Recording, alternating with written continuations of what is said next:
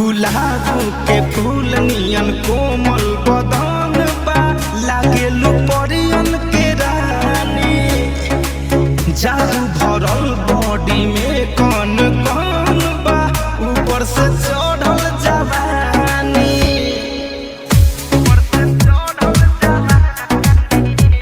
गुलाब के फूल नियन कोमल बदन बा लागेलू परियन के रानी। जादू भरल बॉडी में कौन कौन बा ऊपर से चढ़ल जवानी।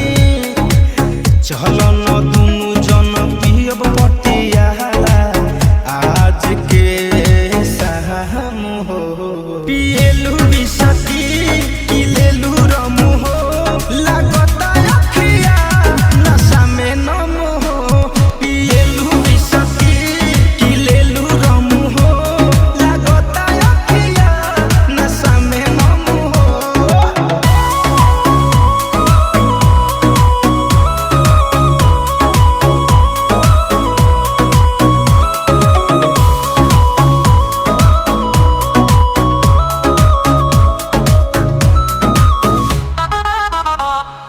हाई हील सैंडल पर बाल घुंघराइल सूट कर क्यूट समाइल। लेफ्ट राइट चले में लचके कमरिया चल जाई कहियो